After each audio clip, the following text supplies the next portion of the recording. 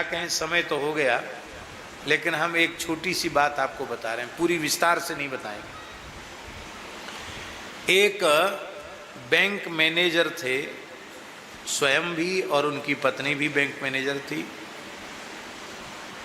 उनके घर में रंगाई पुताई करने वाले लोगों ने ही उनके माता पिता की हत्या कर दी और उनके 9-10 साल के पुत्र की हत्या कर दी।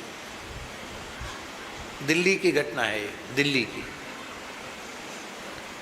आखिर तो हत्यारे पकड़े गए, सोना चांदी और नकदी भी बरामद हो गई, लेकिन जो मर गए थे वो तो जीवित हो नहीं सकते थे।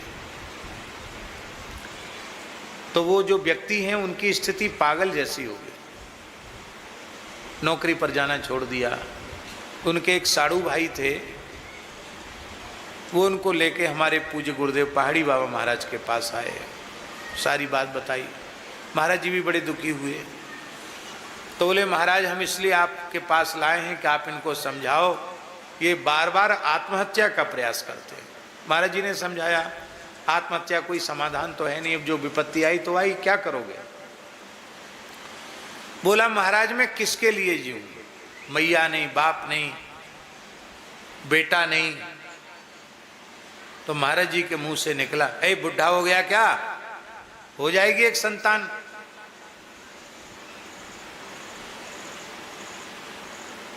उसने कहा महाराज संतान नहीं हो सकती। क्यों, मेरी पत्नी का गर्भाशय, उसमें कोई रोग आ गया था, बीमारी, तो एम्स के डॉक्टरों ने गर्भाशय निकाल दिया है। अब आप सभी पढ़े लिखे लोग जानते हो कि गर्भाशय निकाल देने के बाद, ए भैया फोटो वाले बैठ जाओ, गर्भाशय निकाल देने के बाद फिर कोई ऐसी प्रक्रिया नहीं कि जो बालक गर्भ में, गर्भाशय ही नहीं तो कहाँ से बालक गर्भ में जाएगा, पूरा गर्भाशय ही निकाल दिया गया। तो हमारे सामने की घटना है ये। तो महाराज जी बोले चलट, बकबक करता है, भगवान से बड़े होते हैं डॉक्टर की महात्माओं से बड़े होते हैं, किससे बड़े होते हैं, मैंने कह दिया ना संतान हो जाएगी, जा। और वो जो व्यक्ति थे उनको इतना एक बाल के बराबर विश्वास नहीं था। पढ़े लिखा आदमी कैसे समझे, गर्भाशय निकाल दिया गया, बच्चे कैसे होगा। 1 साल पीछे उनके एक बेटी हुई। जिन डॉक्टरों ने ऑपरेशन करके गर्भाशय निकाला था वो महाराज का दर्शन करने आए, बोले ये नया गर्भाशय किसने भीतर बना दिया। महाराज कुछ सेवा बताओ। महाराज जी ने कहा ब्रजवासी संतों की कुछ सेवा करो। तो डॉक्टरों ने वहाँ एक कैंप लगा करके और गरीबों की, साधु संतों की, ब्रजवासियों की सेवा भी की। महाराज जी की आज्ञा से कैंप लगाए डॉक्टरों ने। फिर 1 साल के 2-3 साल की उसकी बच्ची हो गई तो एक दिन महाराज जी से बोली बाबा उनको भैया दे दो। महाराज जी बोले ये गृहस्थी बड़े लोभी होते हैं, पहले कहता था मर जाएंगे, अब बेटी होगी तो कहते बेटा चाहिए। उसकी मैया ने रोते हुए कहा महाराज हराकी बांधने के लिए भैया तो चाहिए, जा जा जा हो जाए, अगली साल बच्चा बालक हो जाएगा। अब तो वो नौकरी चाकरी करते, दोनों के ब्याह हो गए, शायद कोई उसमें से एक विदेश में है। अब कोई डॉक्टर ने तो कोई ये किसी का गर्भाशय निकाल के नहीं रखा, वाणी निकली और सच्ची हो गई। ऐसी 1-2 बातें नहीं, कितनी बातें। ग्वालियर के महाराज एक सज्जन थे, उनकी गृहिणी को कैंसर, अब तो कैंसर के भी अच्छे इलाज होने लगे, उस जमाने में कोई कैंसर का इलाज नहीं था बम्बई के अलावा। बम्बई लेके गए, बहुत इलाज हुआ और अंत में डॉक्टरों ने हाथ खड़े कर दिए कि अब ये चाहो यहाँ मार लो, चाहो घर ले जाओ, अब इलाज संभव नहीं है, पूरे शरीर में बीमारी फैल गई है। वो सज्जन पत्नी को लेके ग्वालियर जाने लगे। उनकी पत्नी ने कहा एक बार हमको गुरु महाराज का दर्शन करा दो, मरना तो है ही है, गुरु महाराज का दर्शन कर ले। खाक चौक में ले आए। तो आप समझते हैं कि कीमो जब शुरू होती है तो नक वक सब गिर जाते हैं, केस उड़ जाते हैं, शरीर कैसा हो जाता है आप सब जानते हैं। और अब तो आखिरी स्टेज थी। तो महाराज जी देखते ही बिगड़ने लगे।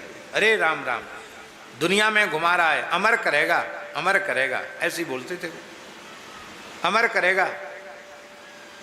अरे सुख से मरने भी नहीं देता, घर ले जा, प्रेम से मरने दे। महाराज मैं गृहस्थ आदमी हूं, मैं तो अपना सर्वस्व दे के अपनी पत्नी को ठीक करना चाहता हूं। 10 लोग क्या कहेंगे मेरे लिए कि अपनी घरवाली का इलाज नहीं करा रहा है। तो इलाज करा लिया ना तूने, कर दिया ना डॉक्टरों ने ठीक। रोने लग गया वो, बोला हम तो आपके यहीं छोड़ के जा रहे हैं, मैं तो अब कहीं नहीं जाऊंगा, आप चाहे ठीक करो चाहे कुछ। अरे चल हट हट यहां से हट। और पता नहीं महाराज जी के मन में क्या आया, वो नीचे बैठी थी, वे स्त्रियों के शरीर का स्पर्श नहीं करते थे। और महाराज जी गए और ऐसे सिर ऐसे पकड़ा, चल ठीक हो गई जा। और उठ के खड़ी हुई, अभी जा अभी जा अभी जा।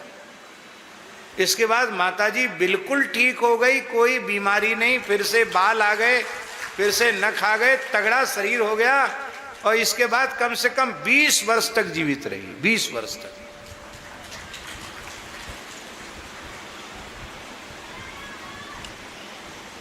हमने तो ऐसे देखे हैं, लोग विश्वास नहीं करते हैं, पर महापुरुषों की वाणी में कितनी शक्ति होती है। माताजी हमने ऐसे देखे, महाराज जी के यहाँ सिद्धियां अटखेलियां करती थी ऐसे।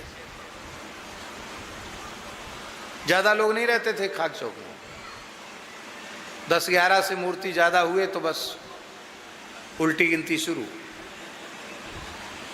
वो साधु खूब आ जाते थे।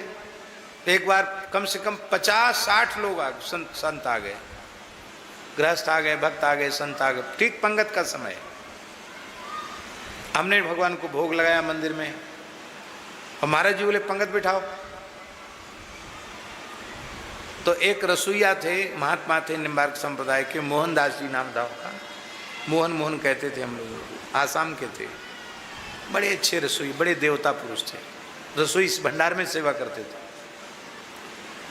वो रोने लग गए कि 10 मूर्ति की तो रसोई बनी है और 50-60 मूर्ति हो गए, और भी कोई आ जाएंगे तो महाराज कहेंगे बैठो, तो डांट तो रसोईया पर पड़ेगी कि कम हो गया सामान। तो हमने कहा क्यों रो रहे हो मोहनदास जी, क्यों रो रहे हो? बोले महाराज थोड़ी देर महाराज के पास बिठा के रखो, हम थोड़ा गर्म पानी मिला के दाल बढ़ा देते हैं, एक भगोना चावल बना देते हैं, तो दाल चावल से पूरा हो जाएगा। आप कहो मैं तो डर के मारे बोल नहीं सकता। अब हम कहने आए, अब उनसे तो सबको ही डर लगता था, नरसिंह भगवान थे, सबको डर लगता था। हम गए, हे क्यों खड़ा है, पंगत क्यों नहीं कराता है? हमने धीरे से कहा कि महाराज जी मोहनदास जी कह रहे हैं थोड़ा रुक जाएं। चल हट, बकबक करता है, रुक जाएं रुक जाएं। भीतर गए, हो गोविंद गोविंद गोपाल गोपाल, भज नारायण भज गोविंद करते हुए भीतर गए, और बस ऐसे ऐसे थोड़ा भात को पे हाथ फिराया, रोटी साग दाल सबको ऐसे ऐसे किया, फिर बोले आज सब बैठ जाओ, मैं पंगत कराऊंगा।